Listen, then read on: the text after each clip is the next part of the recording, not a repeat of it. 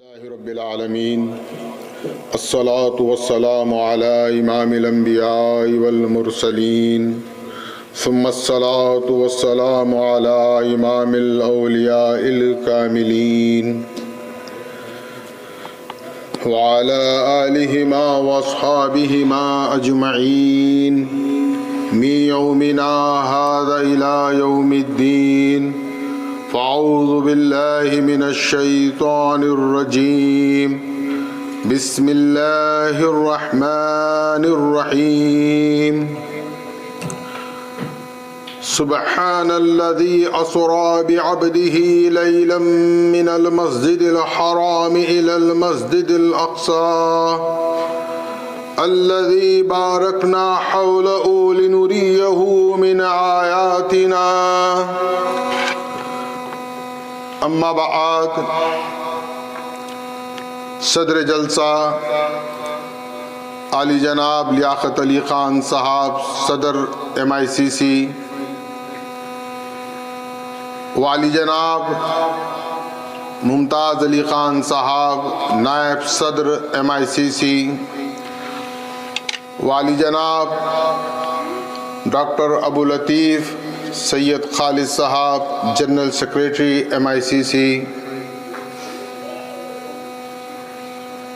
و مولانا مفتی سید ضمیر مہدی صاحب،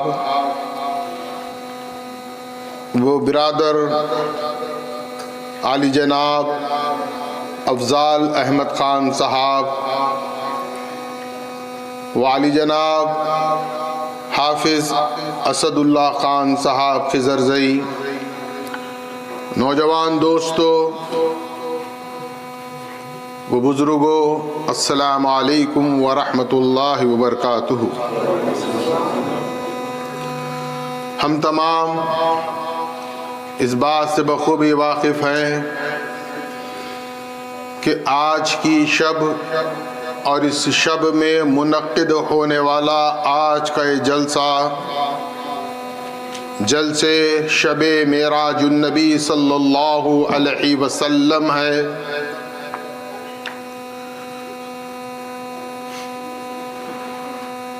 واقعہ معراج اس کے اہم نکات کو پیش رو مقررین نے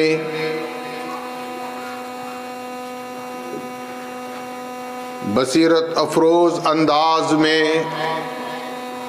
آپ تک پہنچایا۔ میں بحیثیت طالب علم بالخصوص نوجوانوں کے لیے واقعہ معراج کی تفصیل اور اس میں پنہاں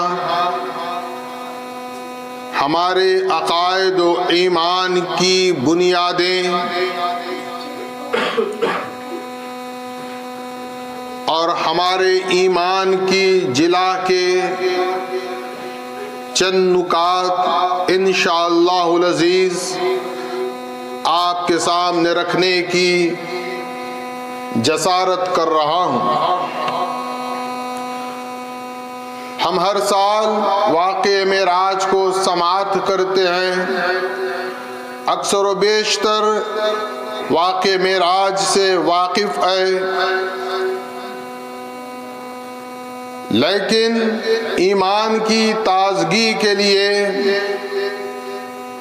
ہم جتنی مرتبہ اس کو پڑھیں گے یا سماعت کریں گے، پروردگار عالم اتنا ہمارے اپنے ایمان کو معراج عطا فرمائے گا۔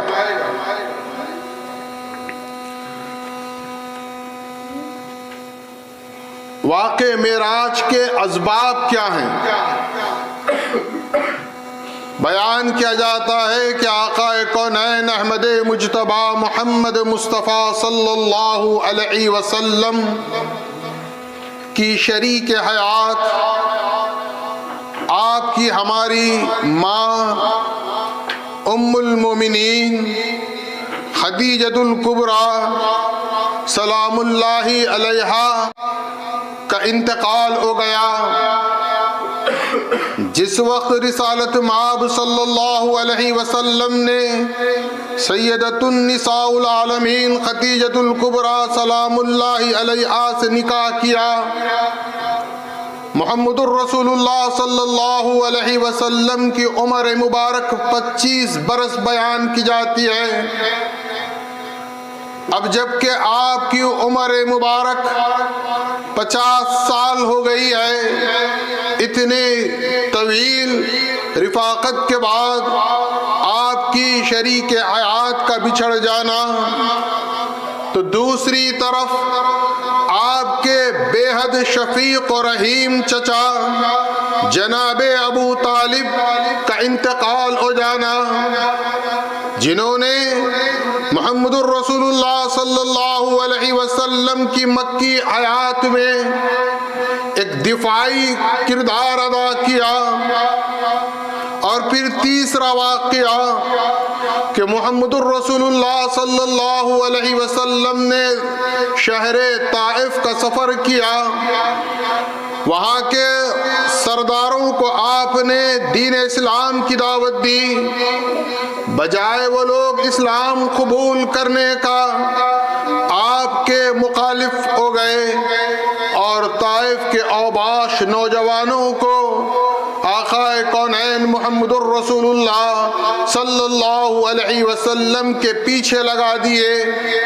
ان اوباش نوجوانوں نے رحمتاً للعالمین صلی اللہ علیہ وسلم پر اتنے پتھر برسائے کہ آقا کونین محمد الرسول اللہ صلی اللہ علیہ وسلم لہو لہان ہو گئے۔ اس بنا پر کہا جاتا ہے کہ یہ عام الحزن ہے، یعنی یہ غموں کا سال ہے۔ اس عام الحزن سے پروردگار عالم نے محمد الرسول اللہ صلی اللہ علیہ وسلم کو راحت کے لیے، دلجوئی کے لیے معراج عطا فرمائی۔ لیکن میں انشاءاللہ العزیز اپنی گفتگو کے اختتام پر اس عام الحزن اور واقع معراج کی اصل سبب اور اس کی وجہ کیا ہے انشاءاللہ آپ کے سامنے رکھنے کی کوشش کروں گا۔ میں نوجوانوں کے لیے کہہ رہا ہوں کہ آپ محمد الرسول اللہ صلی اللہ علیہ وسلم ام ہانی کے مکان پر استراحت فرما رہے ہیں کہ پروردگار عالم نے جبرائیل امین کو بھیجا، جبرائیل امین آئے اور محمد الرسول اللہ صلی اللہ علیہ وسلم کو بیدار کیے۔ بیدار کرنے کے بعد جیسا کہ خود قرآن کہہ رہا ہے، سبحان الذی اسری بعبدہ لیلا من المسجد الحرام الی المسجد الاقصی۔ مسجد حرام یعنی کعبۃ اللہ، بیت اللہ، محمد الرسول اللہ صلی اللہ علیہ وسلم کو لایا گیا۔ اب آپ دیکھیں کہ محمد الرسول اللہ خاتم الانبیاء، افضل الانبیاء، محبوب رب العالمین صلی اللہ علیہ وسلم ہے۔ آپ کے سفر معراج کا آغاز قرآن کے مطابق مسجد حرام سے ہو رہا ہے۔ کعبۃ اللہ ہماری نگاہوں میں ہے، کعبۃ اللہ وہ عمارت ہے جس کا طواف مسلمان کرتے ہیں، لیکن محمد الرسول اللہ صلی اللہ علیہ وسلم جو کعبۃ اللہ ہمیں نظر آتا ہے، اس کے اندر، اس کے داخل سے آپ نے سفر معراج کا آغاز نہیں فرمایا۔ پھر کہاں سے فرمایا؟ تو کعبۃ اللہ کے پاس آپ دیکھیں گے کہ مقام حتیم ہے۔ مقام حتیم سے محمد الرسول اللہ صلی اللہ علیہ وسلم سفر معراج کا آغاز فرما رہے ہیں۔ یہ مقام حتیم کیا ہے؟ نوجوانوں یاد رکھو، کعبۃ اللہ بہت وسیع تھا۔ اعلان نبوت محمدی صلی اللہ علیہ وسلم سے مشرکین مکہ نے کعبۃ اللہ کی تعمیر نو کا بیڑا اٹھایا، اور جب کعبۃ اللہ کی تعمیر کرنے لگے ان کے سرمایہ چونکہ وہ یہ طے کر چکے تھے کہ کعبۃ اللہ کی تعمیر میں میرے ایک ایک جملے پر میں آپ کو دعوت فکر دینا چاہتا ہوں، بات میں ابھی اصحاب رسول کی نہیں کر رہا ہوں، صالحین کی نہیں کر رہا ہوں، انبیاء کی نہیں کر رہا ہوں، مشرکین مکہ کی کر رہا ہوں۔ مشرکین مکہ کعبۃ اللہ کی تعمیر کر رہے ہیں، لیکن ان کے پاس جو تعمیر کا سرمایہ تھا انہوں نے شرط رکھی تھی کہ کعبۃ اللہ کی تعمیر میں صرف اور صرف حلال پیسہ استعمال ہوگا۔ یہ کس کا نظریہ ہے؟ مشرکین مکہ کا، کہ کعبۃ اللہ کی تعمیر میں صرف اور صرف حلال کمائی استعمال کی جائے گی۔ اب سرمایہ کم ہو گیا تو انہوں نے کیا کیا کہ کعبۃ اللہ کے داخل میں جو حصہ تھا اسے باہر کر دیا، جس کو آج آپ اور ہم حتیم کہتے ہیں۔ اب رسالت مآب صلی اللہ علیہ وسلم کعبۃ اللہ کے داخل سے معراج سفر کا آغاز کیوں نہیں فرمائے؟ تو اس کے دو وجوہات ہمیں نظر آتی ہیں۔ اول یہ کہ جس وقت یہ معراج کا واقعہ رونما ہو رہا ہے اس وقت کعبۃ اللہ میں 360 بت موجود ہیں۔ اللہ نہیں چاہتا تھا کہ اپنے حبیب کو اس مقام سے مقام رفت عطا کرے جہاں پر باطلان معبود کے بت موجود ہوں۔ اب اللہ نے حتیم سے سفر کا آغاز کیا۔ یہ دراصل اللہ کا فضل ہے ہم پر اور تمام امت محمدیہ پر۔ اگر کعبۃ اللہ کے داخل سے سفر معراج کا آغاز ہوتا، ہر امتی کی آرزو ہوتی، ہر کلمہ گو یہ چاہتا کہ اس مقام پر میں حاضر ہوں جہاں سے میرے آقا و مولا محمد الرسول اللہ صلی اللہ علیہ وسلم نے سفر معراج کا آغاز کیا۔ جبکہ آپ جانتے ہیں کعبۃ اللہ کی جو عمارت ہے آج وہی عمارت ہے، اس پر چھت بھی ہے، وہاں پر صرف اور صرف بادشاہان وقت ہی داخل ہو سکتے ہیں۔ آپ کی اور ہماری وہاں پر انٹری نہیں ہے، عام کوئی داخل نہیں ہو سکتا۔ جس کے پاس قوت ہے، اقتدار ہے، طاقت ہے، بادشاہت ہے، وہی کعبۃ اللہ کے اندر داخل ہوتا ہے۔ نبی الرحمہ محمد الرسول اللہ نے امت پر یہ رحم فرمایا کہ اے امتیو، اگر تم چاہتے ہو کہ اس مقام پر آئے جہاں سے میں نے سفر معراج کا آغاز کیا تو وہ حتیم کا مقام ہے جو ہمیشہ کھلا رہے گا۔ اس میں دو فائدے ہو گئے امت کے۔ ہر مسلمان کی آرزو ہے کہ کعبۃ اللہ میں داخل ہو، اور ہر امتی کی یہ خواہش ہے کہ اس مقام پر حاضر ہو جہاں سے سفر معراج کا آغاز ہوا۔ دونوں باتیں پوری ہو گئی۔ ہر امتی جب عمرہ کے لیے جائے یا حج کے لیے جائے کعبۃ اللہ میں وہ داخل نہیں ہو سکتا، لیکن حتیم میں ضرور داخل ہو سکتا ہے۔ تو گویا وہ کعبۃ اللہ میں بھی داخل ہو رہا ہے اور اس مقام پر بھی حاضر ہو رہا ہے جہاں سے محمد الرسول اللہ صلی اللہ علیہ وسلم نے سفر معراج کا آغاز کیا۔ اب یہ سفر کو پروردگار عالم نے قرآن میں بیان کیا، سبحان الذی اسری بعبدہ لیلا من المسجد الحرام الی المسجد الاقصی۔ اب الی المسجد الاقصی، مسجد اقصی تک، کعبۃ اللہ سے مسجد اقصی تک یہ سفر ہو رہا ہے۔ محمد الرسول اللہ صلی اللہ علیہ وسلم تصور کریں کہ کیا منظر ہوگا کہ آقا کونین براق پر سوار ہے، اس کی رفتار کا یہ عالم ہے کہ حد نگاہ اس کا قدم پڑتا ہے، ملائکہ کا جلوس ہے، جبرائیل امین ان کی قیادت کر رہے ہیں، ایک نورانی جلوس مسجد حرام سے جا رہا ہے۔ لیکن مسجد اقصی پہنچنے تک آپ صلی اللہ علیہ وسلم کے جملہ 5 اسٹاپ ہیں۔ مسجد حرام سے مسجد اقصی تک 5 اسٹاپ ہیں۔ مسجد حرام سے یہ جلوس نکلا اور سب سے پہلے یثرب، جو کہ آج مدینۃ المنورہ کے نام سے جانا جاتا ہے، رسول اللہ کی ہجرت سے پہلے اسے یثرب کہا جاتا تھا۔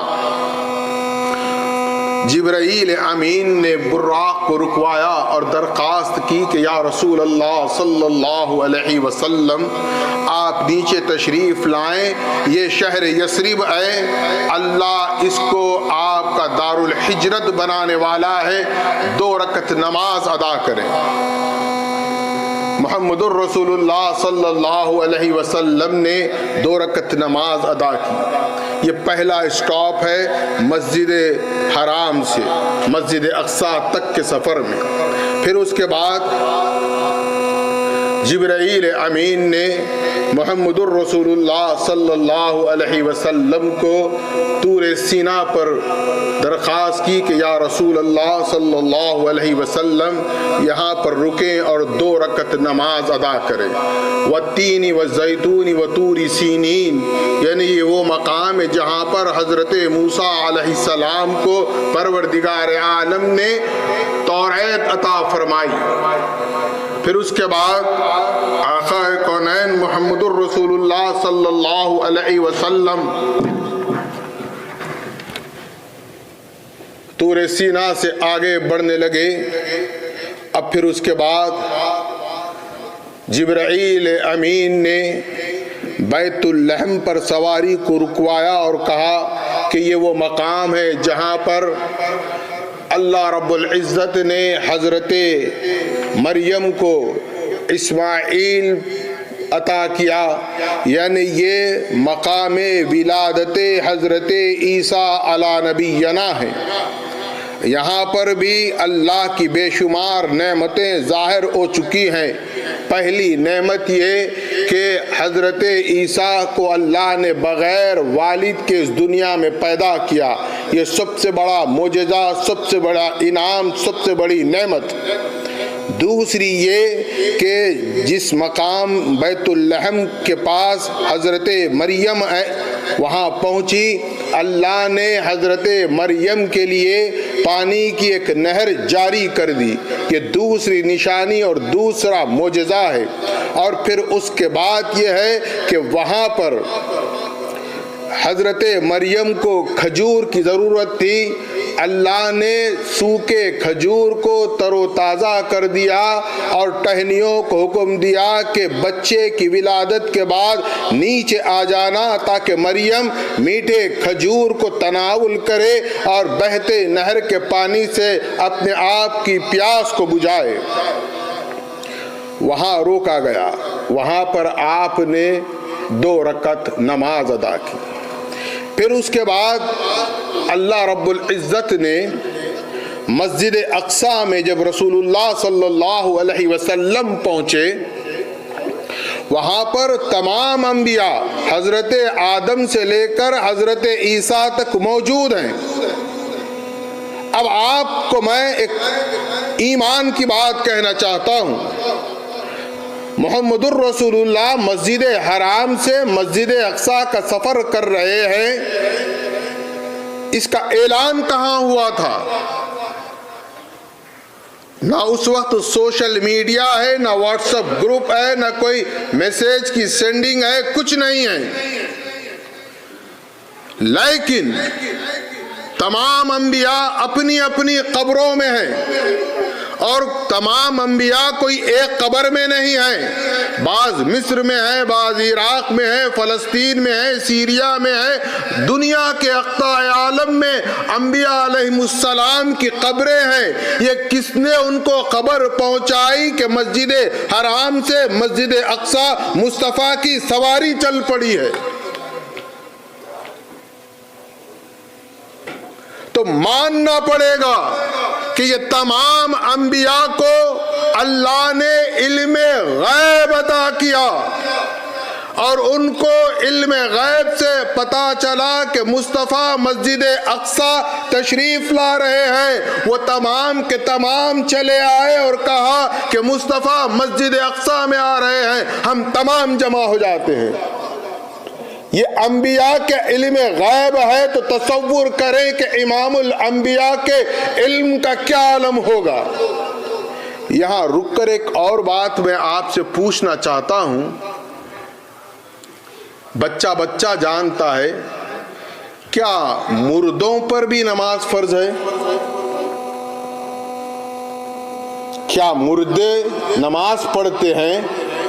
کیا مردوں پر نماز ہے؟ میرے والد، میرے دادا، آپ کے بڑے سب قبروں میں لیٹے ہوئے ہیں، کیا ان پر نماز فرض ہے؟ آپ ہنسنے لگیں گے، کہیں گے کہ مردوں پہ کہاں نماز ہے؟ اچھا، تو مانتے ہیں کہ مردوں پر نماز نہیں ہے، وہاں جو انبیاء پہنچے تھے پھر کیا کہو گے؟ تو ماننا پڑے گا کہ انبیاء وہاں پر آئے تو آپ تسلیم کریں کہ وہ مردہ نہیں ہے۔ جب مقتدی انبیاء مردہ نہیں ہے تو امام الانبیاء کیسے مردہ ہو گیا؟ اور وہاں پر آپ دیکھیں، ہمارے لیے بھی ایک میسیج ہے۔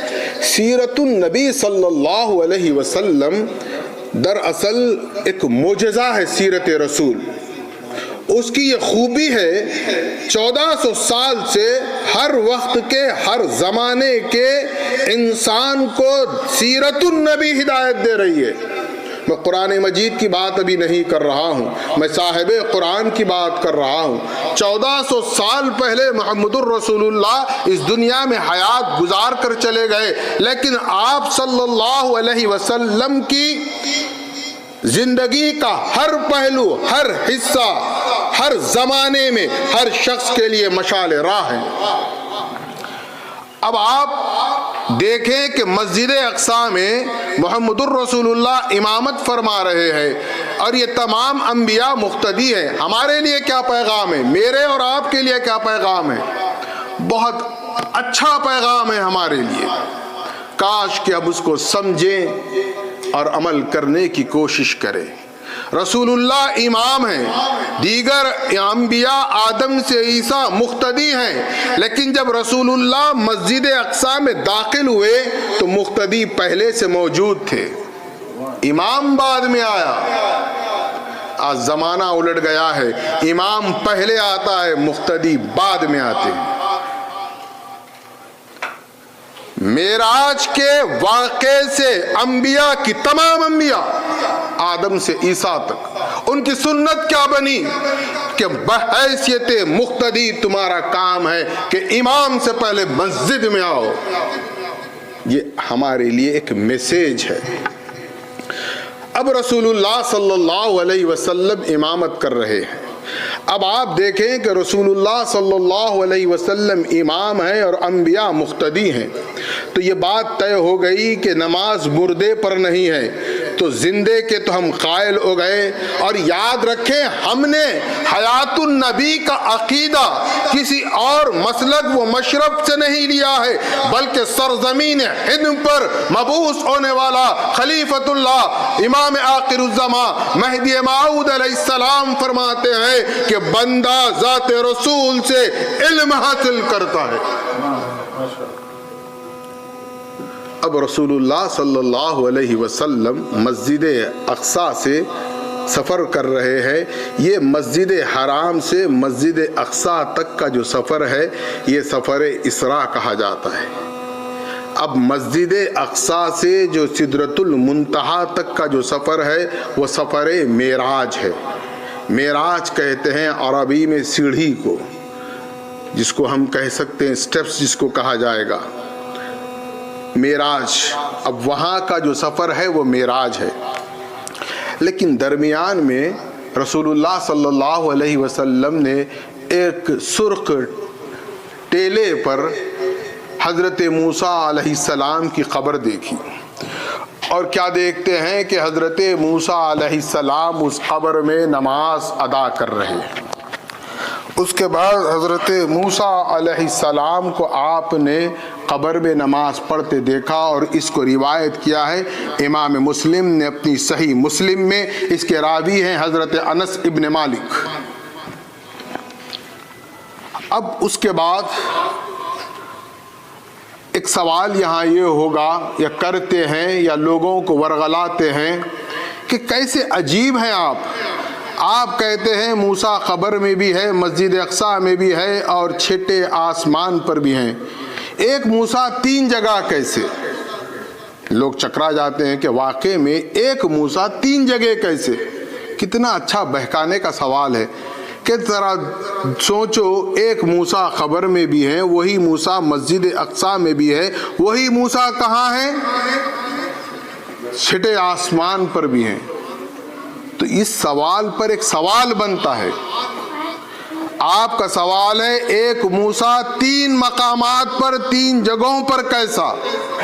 اس پر میرا یہ سوال ہے، ایک سوال بنتا ہے کہ رسول اللہ کتنے ہیں؟ رسول اللہ قبر میں موسیٰ کو بھی دیکھ رہے ہیں، رسول اللہ مسجد اقصی میں امامت بھی کر رہے ہیں، محمد الرسول اللہ چھٹے آسمان پر موسیٰ سے بھی مل رہے ہیں۔ آپ کہیں گے ایک ہے رسول اللہ مختلف اوقات میں، مختلف وقتوں میں حضرت موسیٰ سے مختلف مقامات پر ملے ہیں۔ تو بس ہمارا یہی جواب ہے، حضرت موسیٰ قبر میں بھی ہیں، مسجد اقصی میں بھی ہے، چھٹے آسمان پر بھی ہیں۔ تو مختلف اوقات میں ایک رسول جیسے 3 مقامات پر مختلف وقت میں مختلف ٹائم پر ہے، اسی طرح موسیٰ علیہ السلام بھی 3 جگہوں پر مختلف ٹائم اور مختلف وقت میں ہیں۔ اب جب یہ سفر شروع ہوا، پہلے آسمان پر پہنچے۔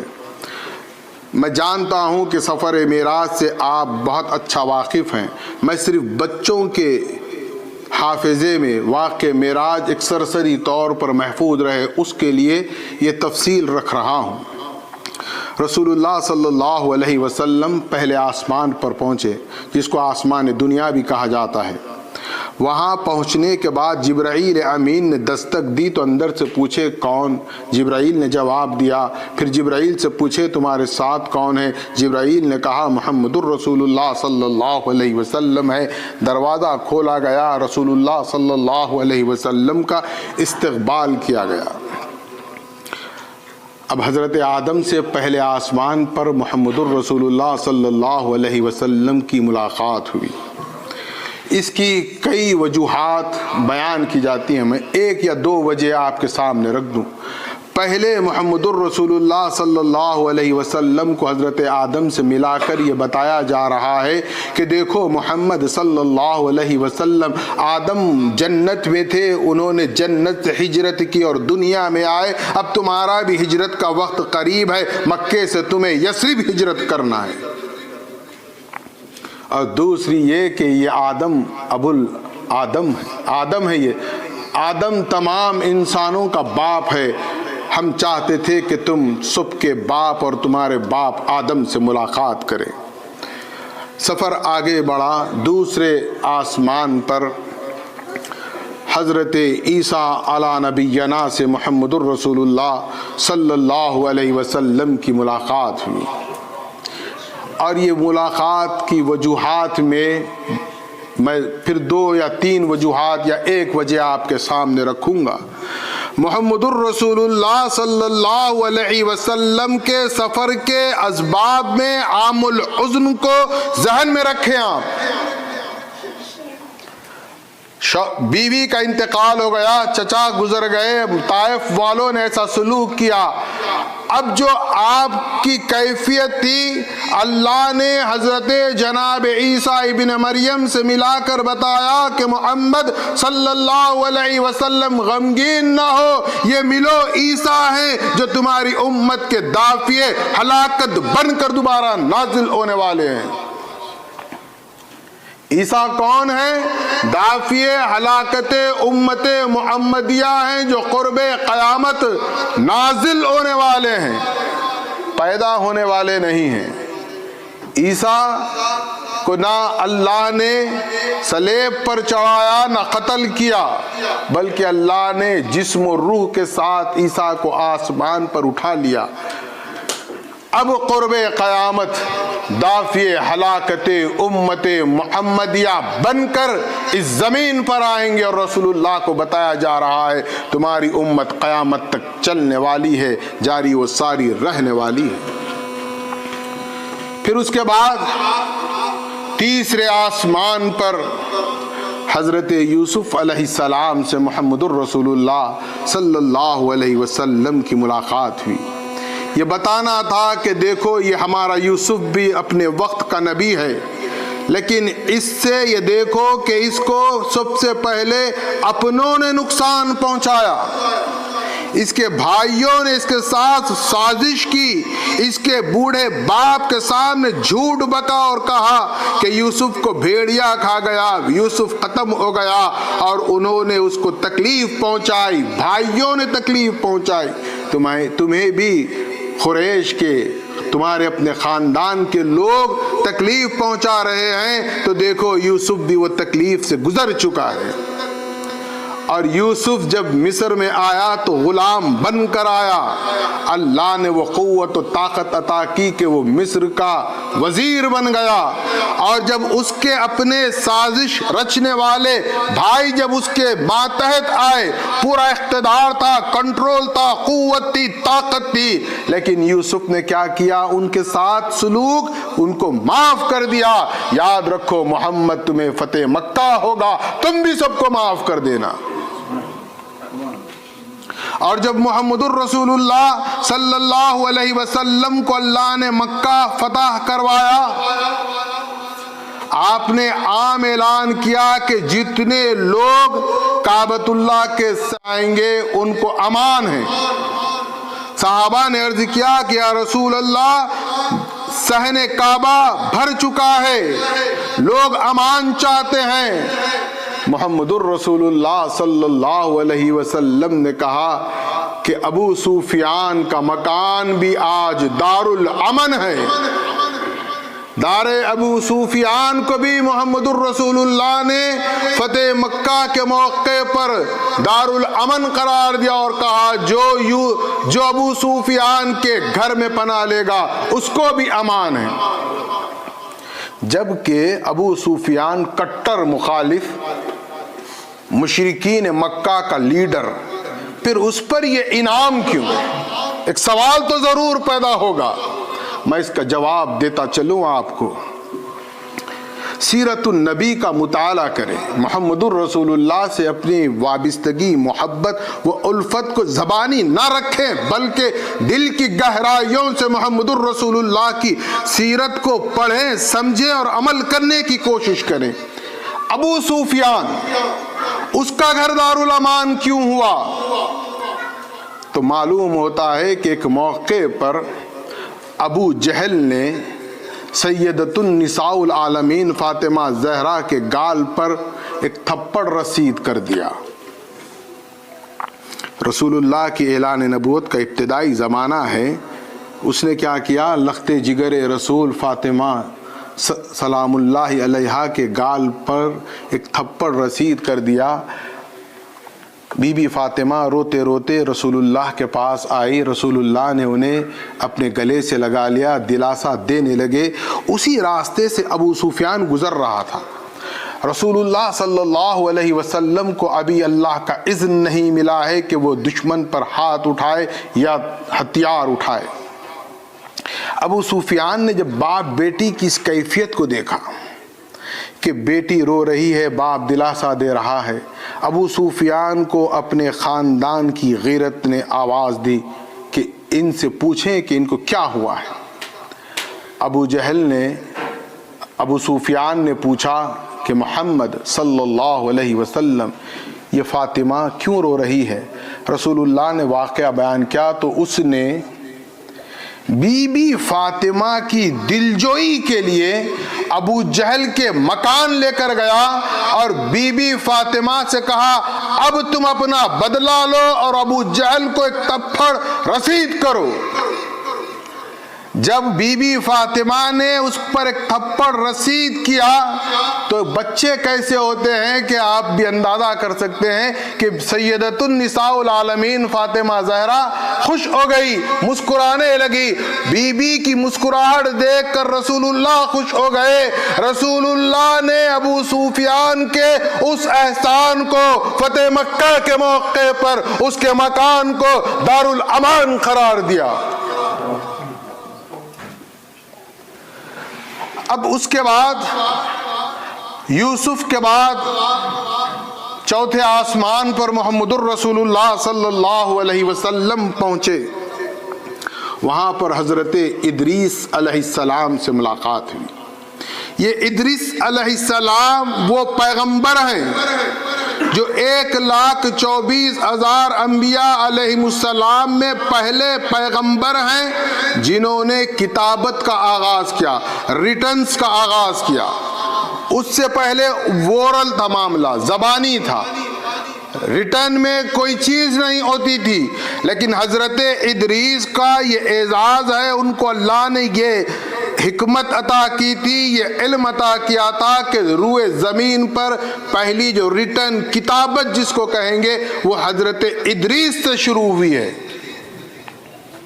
اللہ بتا رہا ہے کہ اب تمہیں ہجرت ہوگی، اب تمہیں بھی کتابت کی ضرورت ہوگی، شاہان عالم کے پاس تمہیں دعوت نامے بھیجنے ہوں گے کتابت کے ذریعے، تو تم ذرا ادریس سے مل لو. پھر اس کے بعد آگے بڑھے. رسول اللہ صلی اللہ علیہ وسلم 5ویں آسمان پر حضرت ہارون علیہ السلام سے ملے. حضرت ہارون سے جو ملاقات ہے وہ بہت عظیم ہے. حضرت ہارون حضرت موسیٰ کے بھائی ہیں، بنی اسرائیل کے جلیل و قدر پیغمبر ہیں.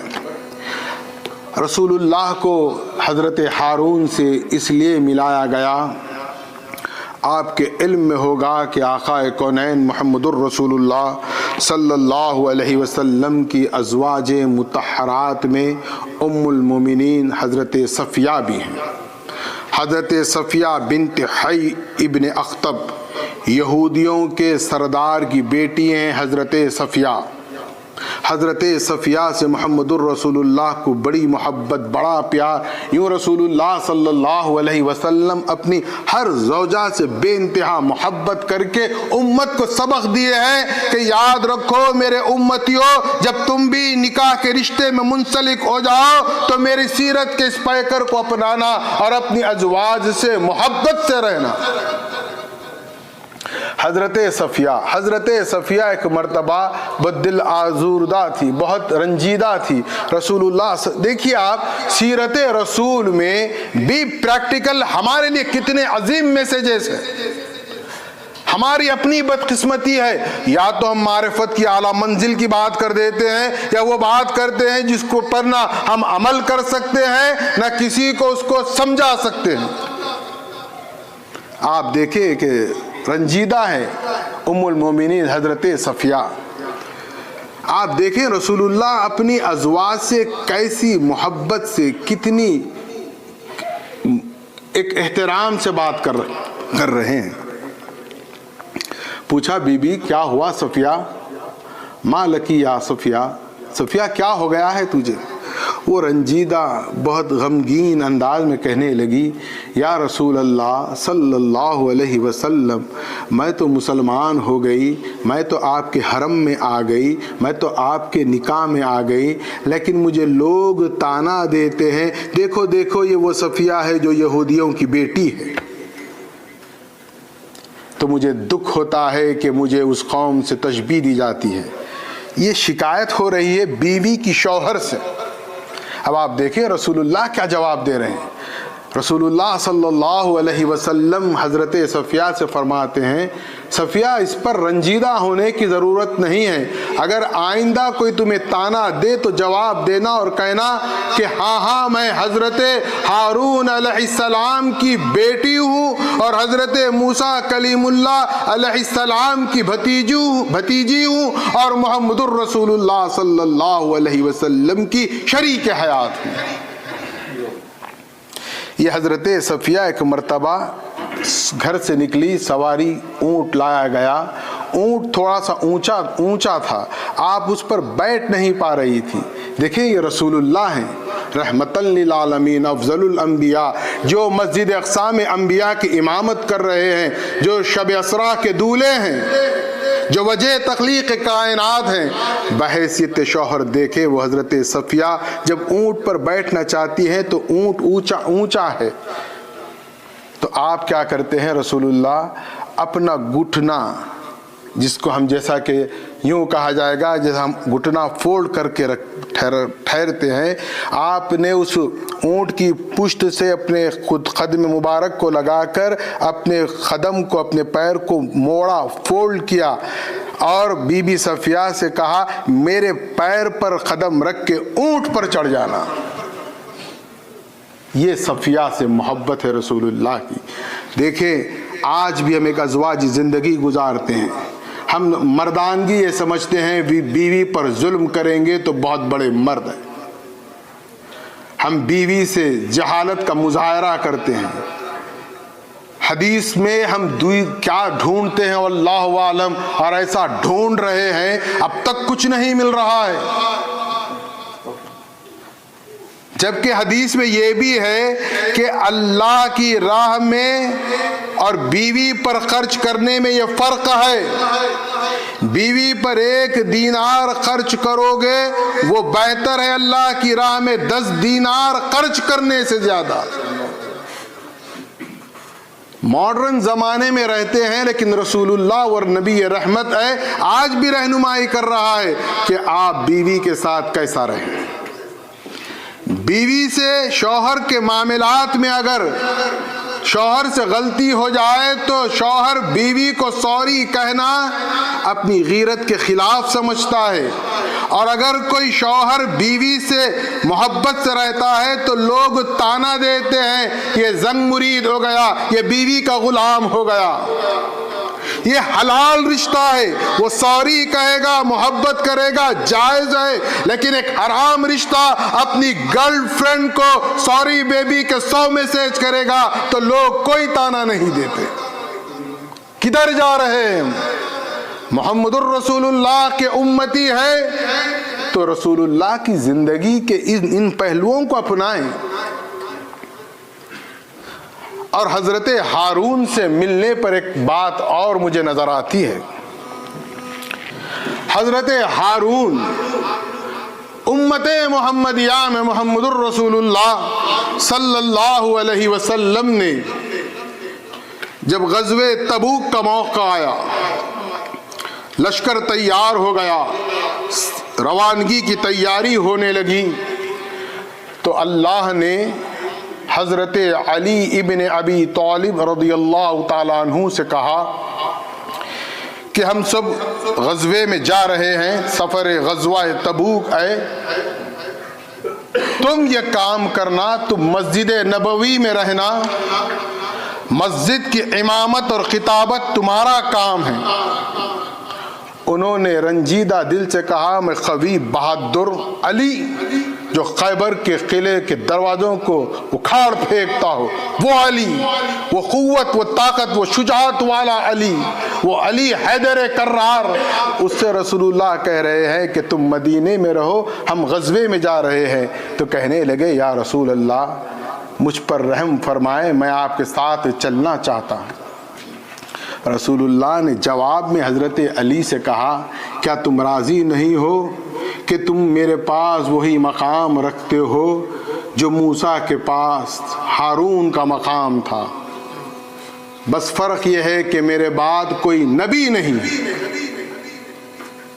حضرت علی مرتضیٰ اسی لیے کہا جاتا، اما ترضا، رسول اللہ نے پوچھا، اما ترضا پر علی مرتضیٰ ہم کہتے ہیں۔ یہاں ایک بات اور تاریخ کی بات میں کہہ رہا ہوں اور پوری ذمہ داری سے کہہ رہا ہوں، میں اپنے ہر لفظ کا، ہر حرف کا ذمہ دار ہوں۔ عالم اسلام میں ہم سمجھتے ہیں مختلف فرقے ہیں، مسلکیں ہیں، جماعتیں ہیں، میں ذمہ داری سے کہہ رہا ہوں کہ عالم اسلام میں صرف 2 فرقے ہیں، ایک ایک محب علی اور ایک عدو علی. اور یہ فرقے آج کے نہیں ہیں، یہ غزوہ تبوک پر میں لے کر چلتا ہوں آپ کو. منافقین جن کے متعلق قرآن میں سورت آئی، پورا قرآن بار بار منافقین کے حرکات اور ان کے عادات کو بیان کرتا ہے. رسول اللہ صلی اللہ علیہ وسلم مسجد نبوی میں ہے، منافقین آ رہے ہیں، آپ کی اقتداء میں نماز بھی پڑھ رہے ہیں، جمعے کا خطبہ بھی سماعت کر رہے ہیں، ہر موقع پر شانہ بہ شانہ ہے. لیکن تاریخ کا وہ ورق میں آپ کے حوالے کر رہا ہوں، پوری ذمہ داری کے ساتھ کر رہا ہوں. غزوہ تبوک کے سفر سے پہلے منافقین مدینہ نے، منافقین اسلام نے اپنی الگ مسجد نہیں بنائی تھی. ہم پڑھتے ہیں، سنتے ہیں منافقین مسجد بنائے، اس کا نام مسجد ضرار تھا. میں اس مسجد کے تفصیل میں نہیں جانا چاہ رہا ہوں، میں عدو علی و محب علی کے فرق کو بتانا چاہتا ہوں. رسول اللہ نے کیا کیا؟ میں سفر پر جا رہا ہوں، میری غیر موجودگی میں، میری نیابت میں، میری خلافت میں امامت کون کرے گا؟ علی کرے گا. منافقین کو رسول اللہ سے مسئلہ نہیں تھا، علی سے مسئلہ تھا. انہوں نے کیا کیا؟ انہوں نے مسجد نبوی کے مد مقابل اس کے مخالفت میں مسجد ضرار بنا دی اور کہا ہم مسجد نبوی میں اب نماز نہیں پڑھیں گے. یہ علی سے دشمنی کب ہو رہی ہے؟ رسول اللہ کی حیات مبارکہ میں. علی کی امامت کی دشمنی کب سے ہو رہی ہے؟ رسول اللہ کی حیات مبارکہ سے. اور یہ سلسلہ آج بھی جاری ہے. آج بھی اگر کوئی فرزند علی کی امامت کا مخالف ہے تو سمجھ جائیں کہ اس کا رشتہ منافقین مدینہ سے ہے. یہ بات بہت اہم ہے. اسلام میں کوئی زیادہ آپ تحقیق نہ کریں. دو فرقے ہیں، ایک عدو علی و محب علی، اور یہ رشتہ کہاں تک ملتا ہے غور کریں، تاریخ پڑھیں. فرزندان علی کے ساتھ ہمیشہ سے یہی ہوا ہے. تو یاد رکھے جو ایسا کرتے ہیں، سوچتے ہیں، جن کی ایسی فکر ہے، ان کا رشتہ کدھر سے ہے؟ یہ حضرت ہارون کی بمنزل ہے. لیکن کیا فرمایا رسول اللہ نے؟ رسول اللہ کے بعد کوئی نبی نہیں ہے. آگے بڑھے. اللہ کے رسول حضرت موسیٰ کلیم اللہ سے ملاقات کیے. حضرت موسیٰ کلیم اللہ سے ملاقات کیوں ہو رہی ہے کہ بتایا جا رہا ہے کہ دیکھو موسیٰ 40 رات اعتکاف کیے طور سینا پر، جس پر اللہ نے انعام کے طور پر 300 تختیوں پر انہیں توریت عطا کی، شریعت عطا کی. اب موسیٰ کے بعد تم وہ ہو جو صاحب شریعت پیغمبر ہو. اور آگے بڑھے تو حضرت ابراہیم سے ملاقات بھی 7ویں آسمان پر. 7ویں آسمان پر حضرت ابراہیم سے ملاقات کی وجہ، سبب یہ بیان کیا جاتا ہے کہ ابراہیم نے کعبۃ اللہ تعمیر کی، اور کعبۃ اللہ تعمیر کر کے وہ چاہتے تھے، اعلان کیا کہ لوگ حج کو آئیں. رسول اللہ کو بتایا جا رہا ہے آپ حجۃ الوداع بھی کریں گے اور کعبۃ اللہ کا طواف بھی کریں گے. آگے بڑھے. سدرۃ المنتہا پہنچے. سدرۃ المنتہا ایک ایسا مقام ہے جہاں پر جبرائیل امین بھی عاجز آ گئے. اب وہاں سے رسول اللہ آگے بڑھنے لگے. میں بہت اختصار سے، بہت یوں سمجھ لیں ہائی لائٹس آپ کے سامنے رکھ رہا ہوں. دیکھیں کہ رسول اللہ کو ہم سے کتنی محبت ہے اور جواباً ہمیں رسول اللہ سے کتنی محبت ہے. رسول اللہ سدرۃ المنتہا سے عرش اعلیٰ پر پہنچے. وہ سفر بھلا ہم کیا بیان کریں گے جس کو اللہ نے سورہ نجم میں بیان کر دیا. ایک بات یہاں پر رک کر میں یہ کہنا چاہتا ہوں. آپ نے بارہا سنا، آپ جانتے ہیں کہ واقعہ معراج پر اختلاف ہے. واقع معراج، بیداری، خواب، تمام چیزیں آپ واقف ہیں. لیکن حیرت کی بات ہے کہ سیرت النبی صلی اللہ علیہ وسلم کا یہ واقعہ معراج کا راوی کون ہے، کبھی ہم نے غور نہیں کیا. ہماری نظر راوی پر نہیں ہے. راوی اس کو کہیں گے جو روایت کرتا ہے واقعے کی. سیرت النبی صلی اللہ علیہ وسلم کی روایت واقعات کرنے والے اصحاب رسول.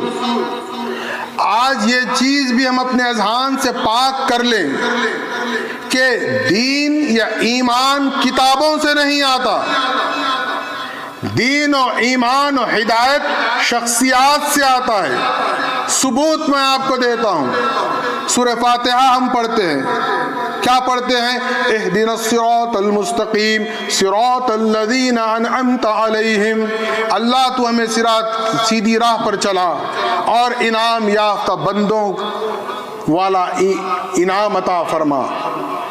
یہ انعمت علیہم کی خود اللہ تفسیر کرتا ہے، اللہ اس کی تشریح کرتا ہے. اللہ نے صراط مستقیم قرآن کو نہیں قرار دیا. آپ میری بات کو بہت سنجیدگی سے سماعت کریں. اللہ نے، ہم جب کہتے ہیں صراط مستقیم پر چلا، اللہ نے جواباً ہمیں قرآن نہیں تھما دیا، کتاب نہیں دے دی یہ اس پر چلو انعام یافتہ ہو جاؤ گے. اللہ نے انعام یافتہ بندوں کی فہرست، شخصیات کو بیان کیا.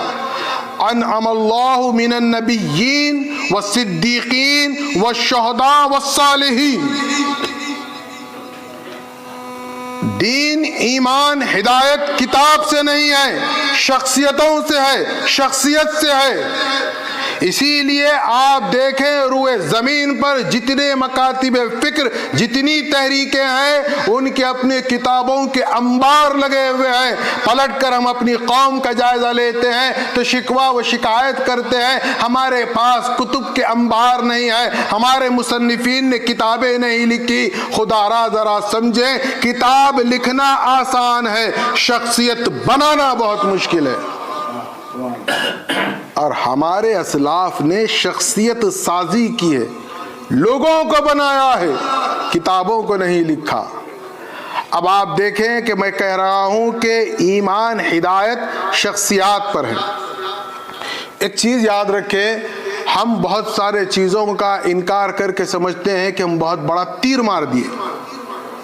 یہ نہیں معلوم تیر ہمارے خود ہم اپنے آپ کو مار چکے. آپ حدیث پڑھتے ہیں، ٹھیک ہے، اب آپ کہیں گے یہ شخصیت پرستی کی بات کر رہے ہیں آپ. میں شخصیت پرستی کی بات نہیں کر رہا ہوں، میں انعم اللہ من النبیین والصدیقین والشہداء والصالحین کی بات کر رہا ہوں. اور یہ قرآن کی آیت ہے. انعام یافتہ بندوں کی تعریف اللہ نے کی. اللہ نے کہا کہ تم انعام یافتہ ہونا چاہتے ہو تو ان شخصیتوں کے پیروکار ہو جاؤ. اب شخصیتوں کو آپ دیکھیں، حدیث آپ پڑھتے ہیں. میں ایک مثال آپ کو دیتا ہوں، سمجھانے کی کوشش کرتا ہوں تاکہ میری بات آپ تک پہنچے. مثال کے طور پر ہم ایک حدیث پڑھتے ہیں، انما الاعمال بالنیات وانما لکل امرئ ما نوى. یہ حدیث رسول ہے. یہ کیا ہے؟ حدیث رسول کا متن ہے.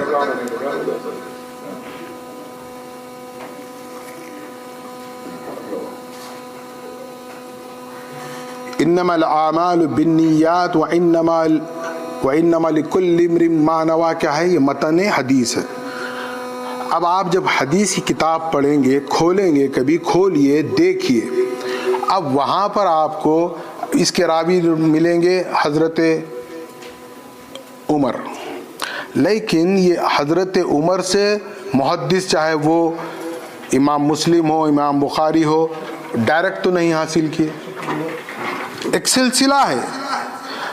فلاں روایت ایسا بیان کی جاتی ہے، سمیت فلانن سمیت فلانن سمیت فلانن. ایک چین ہے، پوری ایک سلسلہ ہے. امام بخاری یا امام مسلم سے صحابی رسول تک ایک سلسلہ ہے. اور یہ سلسلہ جب صحابی تک پہنچے گا تو صحابی رسول یہ فرمائیں گے، سمعت رسول اللہ صلی اللہ علیہ وسلم، رأیت کذا ہکذا و کذا. اس طرح کے آپ کو ملیں گے. تو حدیث میں دو چیزیں ہو گئی. ایک یہ سلسلہ جو راویوں کا ہے، ایک جو متن، دو چیزیں ہیں. ہم دونوں کو ملا کر کیا کہتے ہیں؟ حدیث رسول صلی اللہ علیہ وسلم.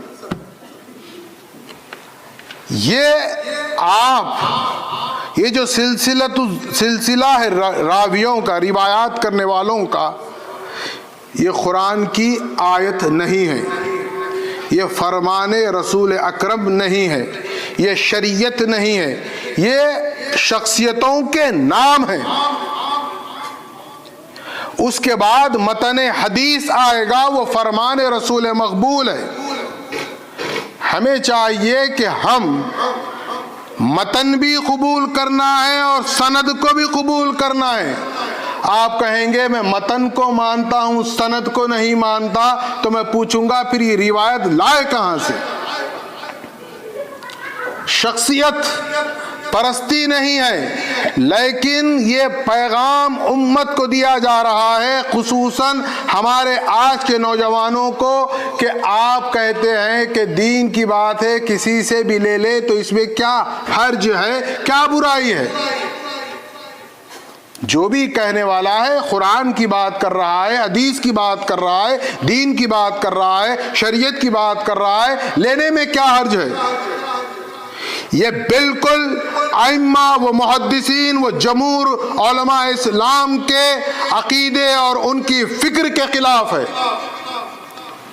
چونکہ وہ سلسلۃ الروایات، روایت جو بیان کیا گیا ہے، بتایا جا رہا ہے جس سے سن رہے ہو وہ ثقہ ہونا ہے، جس سے سن رہے ہو وہ با ایمان ہونا ہے، جس سے لے رہے ہو حدیث وہ عقیدے والا ہونا ہے. غیر عقیدے والے کی حدیث کو محدث نے روایت نہیں کیا ہے.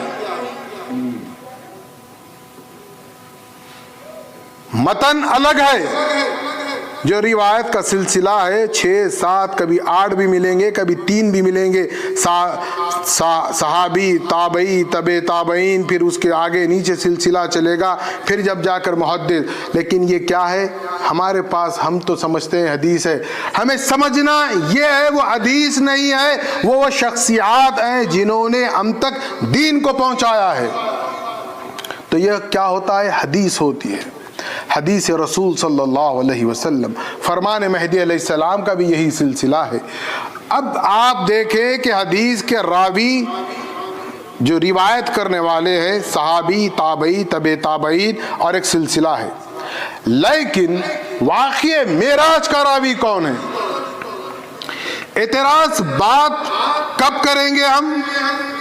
جب راوی میں خلل دیکھیں گے، راوی میں کمزوری دیکھیں گے، راوی کے ایمان میں کمزوری، اس کے عقیدے میں کمزوری، اس کے مسلک میں کمزوری، اس کے نظریے میں کمزوری، اس کے حافظے میں کمزوری، تمام چیزوں کا جائزہ لیں گے، تب جا کر مانیں گے نہیں یہ تمام بیماریوں سے پاک ہے، اب یہ قبول ہے. ٹھیک ہے.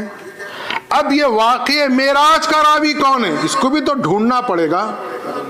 یہ راوی کون ہے؟ کس نے روایت کی ہے؟ اگر راوی ثقہ نکلے، راوی مضبوط نکلے، راوی کو ہم عقیدے میں مضبوط مانتے ہیں، راوی کو عقیدے میں ہم ایمان مانتے ہیں، راوی کو ہم سچا مانتے ہیں، خدا کی قسم جو راوی کو پوری طرح پورے یقین کے ساتھ، ایمان کے ساتھ واقع معراج کے راوی پر ایمان رہے گا، وہ واقع معراج پر اعتراض نہیں کرے گا. اب آئیے میں راوی سے ملاتا ہوں. واقع معراج کا راوی خود پروردگار عالم ہے، خود پروردگار عالم اس کا راوی ہے. رب العالمین واقع معراج کا راوی ہے، روایت کرتے ہوئے بیان کر رہا ہے سبحان الذی اسری بعبدہ لیلا من المسجد الحرام الی المسجد الاقصی الذی بارکنا حولہ لنریہ من آیاتنا. اب بتاؤ کس پر اعتراض کرتے ہو؟ جسمانی، روحانی، خواب، جتنے آپ اعتراض آپ کے ہیں ایک طرف رکھے. میں چاہتا ہوں، میں پورے ذمہ داری سے چیلنج کر رہا ہوں کہ واقع معراج کے راوی پر اعتراض کر کے ایمان بچا کر بتا دے، پھر ہم بات کرتے ہیں. قرآن خدا را قرآن ہے. اللہ نے کہا، دیکھیے آپ سیرت النبی کا یہ اہم واقعہ اللہ روایت کیا، اللہ اس کا راوی، اس کے باوجود اتنا اختلاف. میں ایک دعوت فکر آپ کے اذہان کو کھولنے دے رہا ہوں. واقعہ معراج کا راوی پروردگار عالم اللہ رب العالمین، اس کے باوجود عالم اسلام کا اختلاف آپ کے سامنے. اب جس روایت کا راوی اللہ نہیں، جس روایت کا راوی معصوم نہیں، جس روایت کا راوی کوئی صحابی ہوگا، تو کیا امت آنکھ بند کر کے قبول کر لے گی؟ امت کیا کرے گی؟ اختلاف کرے گی. کیوں اختلاف کرے گی؟ چونکہ ایمان کے ساتھ ان کے قلوب میں عشق مصطفیٰ نہیں ہے. ایمان کے ساتھ اگر عشق مصطفیٰ ہوگا تو کوئی راوی پر اعتراض نہیں کرے گا. جس کے دل میں عشق مصطفیٰ نہیں ہے وہ واقع معراج کے راوی پر بھی اعتراض کرے گا. کیف تعلق امنا فی اولیہا وعیسی ابن مریم فی آخریہا والمہدی من اہل بیتی فی وسطیہا کے راوی پر بھی اعتراض کرے گا. ایمان سمعنا وطانا مانگتا ہے. ایمان عقل اور علم سے نہیں آتا، شخصیتوں سے ایمان آتا ہے. انعم اللہ من النبیین والصدیقین والشہداء والصالحین. آپ نے یہ سماعت کیا کہ 5 ہو گئے نمازیں، 50 سے 5 ہو گئے.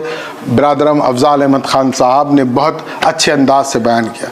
2 باتیں میں اس واقعے کے تحت آپ تک پہنچانے کی کوشش کرتا ہوں.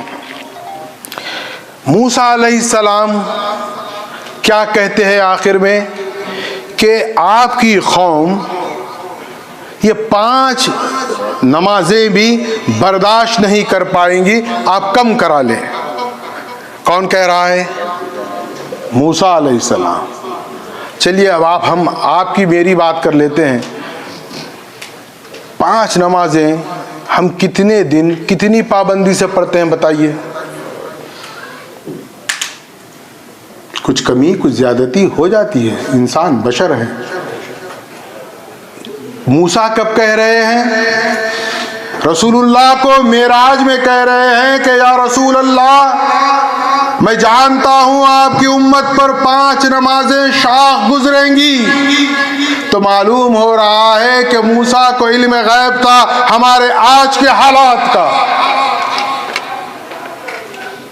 اب جب موسیٰ کے علم کا یہ عالم ہے تو رسول اللہ کے علم کا کیا عالم ہوگا؟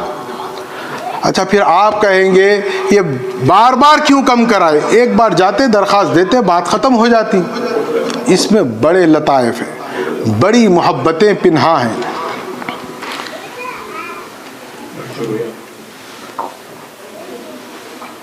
اب اس پر ایک اعتراض کرتے ہیں. میں چاہتا ہوں کہ نوجوان ذرا اپنے عقیدوں پر حملہ کرنے والوں سے بھی ہوشیار رہے. وہ کرتے رہیں گے، ان کا کام ہے، جناب ابلیس کا کام ہے، ان کا بھی کام ہے، لیکن آپ ہوشیار رہنا ہے. کہتے ہیں دیکھو ہم نہیں کہتے رسول اللہ کو علم غیب نہیں ہے. اگر رسول اللہ کو علم غیب ہوتا تو جب پہلی بار گئے تھے کم کرانے، علم غیب ہوتا تو پہلے ہی سفر میں پہلے ہی دورے پر کم کرا لیتے. دیکھو دلیل ہے ہمارے پاس. واہ کیا دلیل ہے، ماشاء اللہ. نوجوان کہیں گے بات تو صحیح ہے. اب میرا اس پر ایک سوال ہے، کب کون کرا؟ میں سمپل کوشچن کا بہت عادی ہوں. آپ نے کہا رسول اللہ کو علم غیب نہیں تھا اس لیے بار بار گئے اور کم کرا کے آئے. بات تو بہت لاجک ہے، ہم فوری قبول کر لیے کہ بات تو صحیح ہے، رسول اللہ 5 نمازوں کو کم کرانے اتنے سفر کیے ہیں، لہذا یہ بات ایک حد تک صحیح ہے. میرا اس پر ایک کاؤنٹر کوشچن ہے. میں سوال کے جواب سے زیادہ سوال کرنے کا قائل ہوں. میرا سوال ہے کم کون کرا؟ موسیٰ کم کرے یا رسول اللہ کم کرے؟ اللہ کم کرا. تو کیا نعوذ باللہ من ذالک اللہ کو علم نہیں تھا؟ اللہ تو عالم الغیب ہے. وہ کہتا کہ اب موسیٰ بار بار پھرائیں گے آپ کو، پھرو مت، ابھی میں 5 کر دیتا ہوں، لے کر چلے جاؤ، میں عالم الغیب ہوں. آپ جو اعتراض محمد الرسول اللہ صلی اللہ علیہ وسلم پر کر رہے ہیں، پلٹ کر وہی اعتراض رب ذوالجلال پر جائے گا.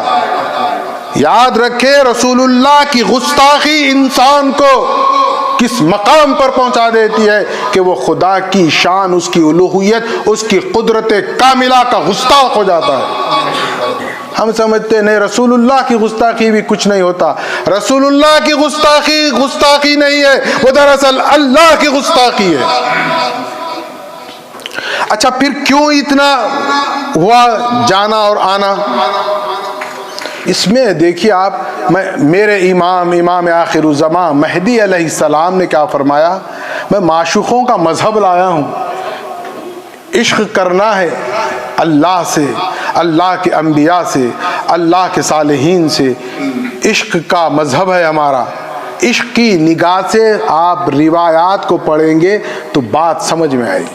پھر کیا وجہ ہے یہ بار بار کا معاملہ ہے؟ دیکھیے آپ ذرا سمجھنے کی کوشش کریں. ہمارا عقیدہ ہے، ہمارا ایمان ہے، اللہ بھی جانتا ہے، موسیٰ کلیم اللہ بھی جانتے ہیں، محمد الرسول اللہ بھی جانتے ہیں. اس میں پہلی بات تو یہ ہے کہ موسیٰ علیہ السلام کو غور کریں، ہم سے کتنی محبت ہے. ہماری محبت میں کہہ رہے ہیں کہ وہ نہیں پڑھ پائیں گے، یا رسول اللہ کم کرا لیں. یہ ہماری محبت کی دلیل ہے، موسیٰ کی ہم سے جو محبت ہے. اور پھر اس کے ساتھ ساتھ دوسری بات یہ ہے کہ محمد الرسول اللہ کہاں جا رہے ہیں اور کہاں سے آ رہے ہیں؟ قاب قوسین او ادنی فتدلی کے مقام پر جا رہے ہیں. خدا سے بات کر کے، اس سے ملاقات کر کے، اس کا دید کر کے آ رہے ہیں. کتنی مرتبہ آئے؟ 9 مرتبہ آئے. موسیٰ نے کہا یا رسول اللہ میں طور سینا پر درخواست کیا تھا، اس کی ایک صفت کی تجلی ہوئی، خر صعیق موسیٰ ہو گئے، موسیٰ مدعوش ہو گئے. محمد الرسول اللہ آپ وہ ہیں جو ذات باری تعالیٰ کا دیدار ان مادی نگاہوں سے کر کے آ رہے ہیں، اور میں آپ کی نگاہوں میں رب ذوالجلال کی اس نورانیت کا دیدار کر رہا ہوں. اور دوسری بات، محمد الرسول اللہ کی فضیلت یہ سامنے آتی ہے. 5 کے بعد کیا کہا رسول اللہ نے؟ اب مجھے غیرت آتی ہے کہ میں اللہ کے پاس دوبارہ کم کراؤں. نماز ہے کوئی معمولی بات نہیں ہے، فرض ہے، فرائض نبوت میں اہم ستون ہے، الصلاۃ عماد الدین ہے. لیکن یہ فرضیت قرار پائی غیرت مصطفیٰ پر. اللہ نے تو 50 کی تھی، 5 کس نے قرار دی؟ محمد الرسول اللہ نے. اور جب رسول اللہ نے کہا کہ 5 کافی ہے، بس ہے، اللہ نے کہا محمد تیرا قول یہ فرض بن جائے گا، تیری امت پر نمازیں تو 5 فرض رہے گی، ہمارے بھی خزانے میں کمی نہیں ہے، ہم 50 کا ثواب دیں گے. اچھا آپ نے دیکھا کہ براق آیا مسجد حرام سے مسجد اقصیٰ، پھر اس کے بعد مسجد حرام سے سدرۃ المنتہا رفرف آیا، پھر اس کے بعد کا سفر ہوا. تو ذہنوں میں ایک بات ہمارے ضرور پیدا ہوگی یا پیدا کی جائے گی کہ رسول اللہ محتاج ہیں نعوذ باللہ براق کے. محمد الرسول اللہ محتاج ہیں نعوذ باللہ جبرائیل امین کے، محمد الرسول اللہ محتاج ہے رف رف کے، محمد الرسول اللہ ان اسباب کے محتاج ہیں۔ دیکھو یہ عالم ہے، یہ حال ہے محمد الرسول اللہ کا۔